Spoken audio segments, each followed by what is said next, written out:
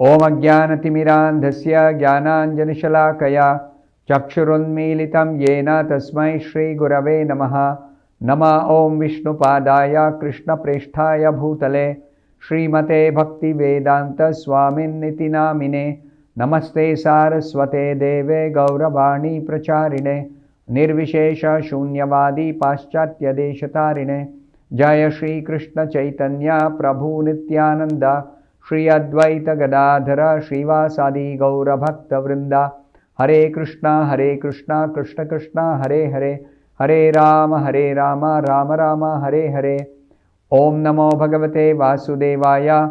Narayanam Namaskritya Naram Chaiva Narottamam Devim Saraswatim Vyasam Tato Jayam Mudirayet. In this session, we'll be discussing from the 35th verse of the 11th chapter of the first canto of Srimad Bhagavatam. Sa esha naralokesmin avatirna swamayaya reme stri ratna kutasto bhagavan prakruto yatha. The meaning of this 35th verse is that Supreme Personality of Godhead Sri Krishna, out of his causeless mercy, appeared on this planet by his internal potency and enjoyed himself amongst competent women as if he were engaging in mundane affairs. Here is a warning given by Suta Goswami that the Lord's pastimes, especially with his queens, with the gopis, appears like he is a mundane personality, ordinary person. Appears like he is overpowered by their attractive features. But actually, he is eternally the controller, the master, the enjoyer, the Lord, the controller, eternally, always. The energies of his are always under him. Whereas we become overpowered by another energy when we try to lord over. So there is a very, very, very, very big difference between ourselves and the Supreme Lord. Though when he incarnates, he looks like one of the created beings. He looks like that. He is not.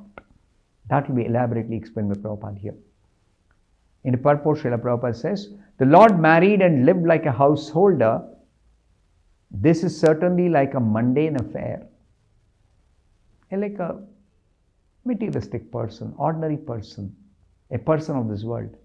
But when we learn that he married 16,108 wives and lived with them separately in each and every palace, certainly it is not mundane. There is no history of any person of this world marrying 16,108 princesses. Never. That's not possible. And not only that, Krishna married so many, but he lived with each of them separately in a separate palace. He expanded himself. That's also explained by Srila Prabhupada, that a yogi can expand himself by his mystic power, acquired mystic power, into 10 forms at most.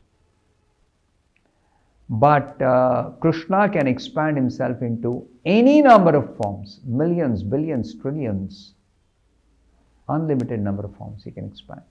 That is Krishna. Therefore, the Lord living as a householder amongst his competent wives is never mundane, and his behavior with them is never to be understood as mundane sex relation. This material world, everyone is driven by sex attraction. Especially the male and female attraction is based on sex relationship. But the relationship with the Lord is based on pure love. And that love is free from all material characteristics or material traits. Is completely free from sex.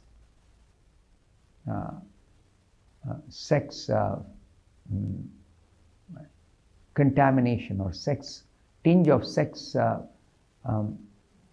sexual attraction. It is free from all that.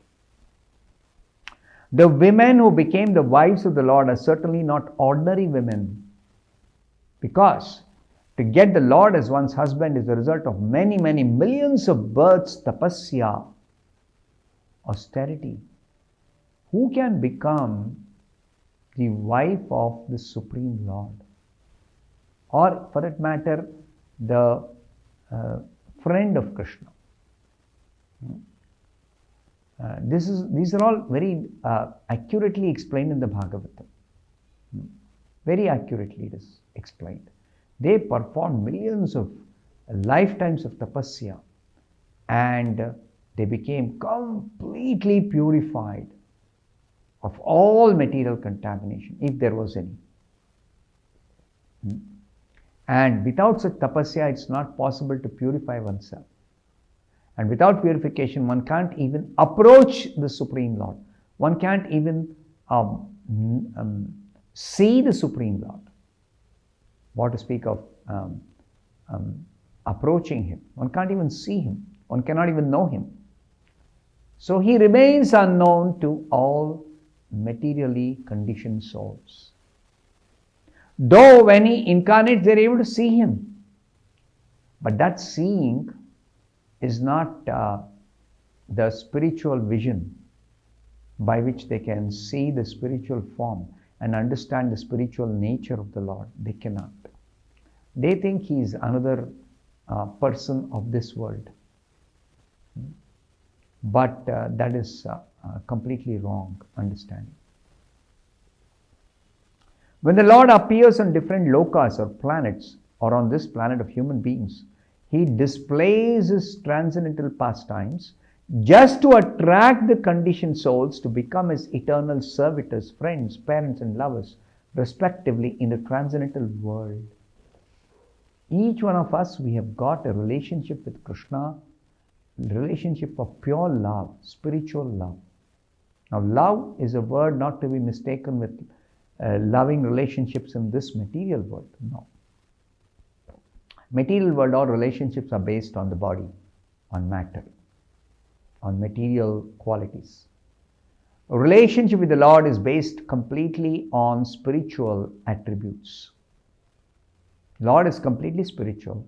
We are also pure spirit soul within this body. So when we become purified of all material contamination, then our actual spiritual form, spiritual identity is revealed.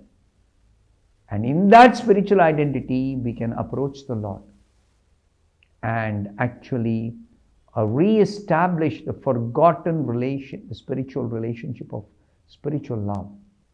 That's what is being described here. In the spiritual world, the Lord eternally reciprocates such exchanges of service. He's got millions and billions of devotees in His personal abode, and He's constantly engaged in pastimes with them. Everything else is taken care of by Krishna's own Yogamaya potency.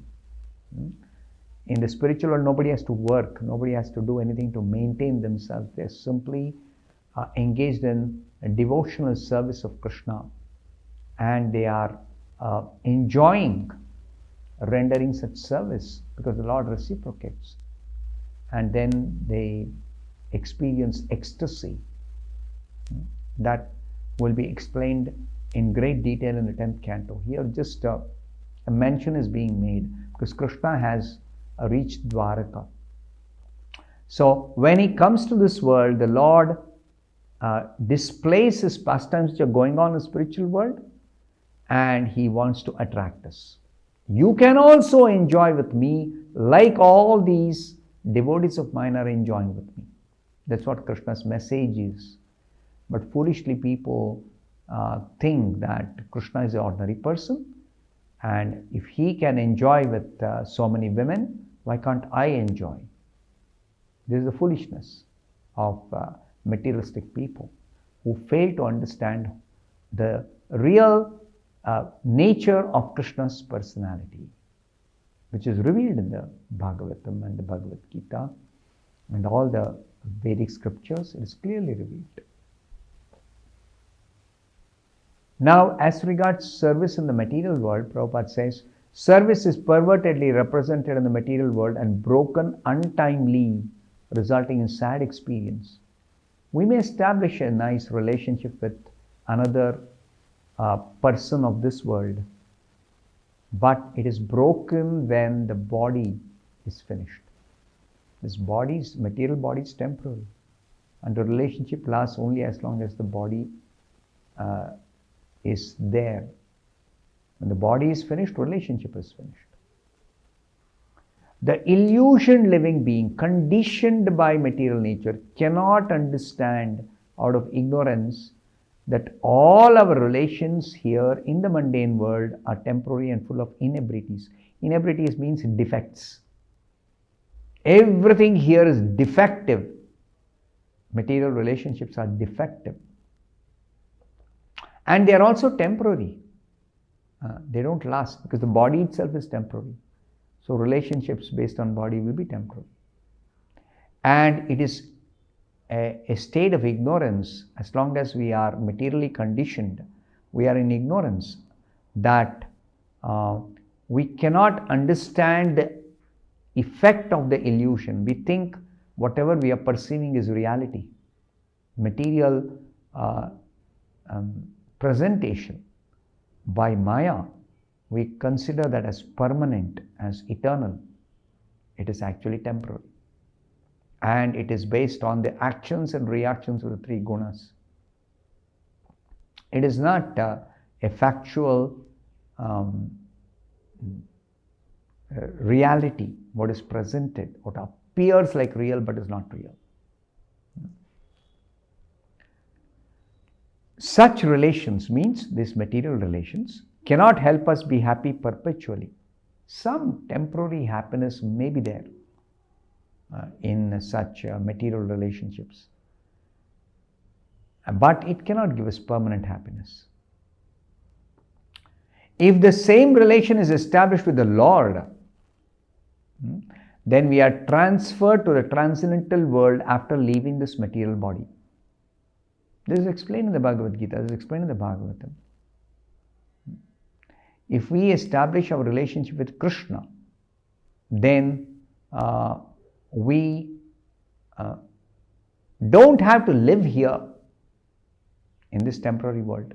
We are transferred to the spiritual world in a spiritual body of our own. And there we become eternally related with Krishna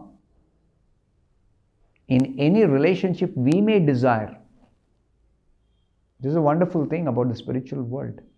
According to each person's aptitude and desire, each one of the devotees in the spiritual world have their own relationship with Krishna. So therefore, the women amongst whom Krishna lived as their husband are not therefore women of this mundane world, but are eternally related with him as transcendental wives. See, that adjective transcendental is used. They are transcendental wives of Krishna. A position they attain by perfection of devotional service. Only by devotional service is possible. Bhaktya mam abhijanati. Only by bhakti. And that bhakti also progresses in different stages of development. So there is a stage of perfection where one is firmly established in their relationship with Krishna. That is their competency, because the verse says he enjoyed with competent women. What is their competency? They have perfected their devotional service and established a relationship as the wives of Krishna. So, if we carefully understand this, we can give up this false attempt at trying to enjoy materially and re-establish our forgotten relationship with Krishna and become liberated and eternally happy in his association. I'll stop here. Thank you very much. Hare Krishna.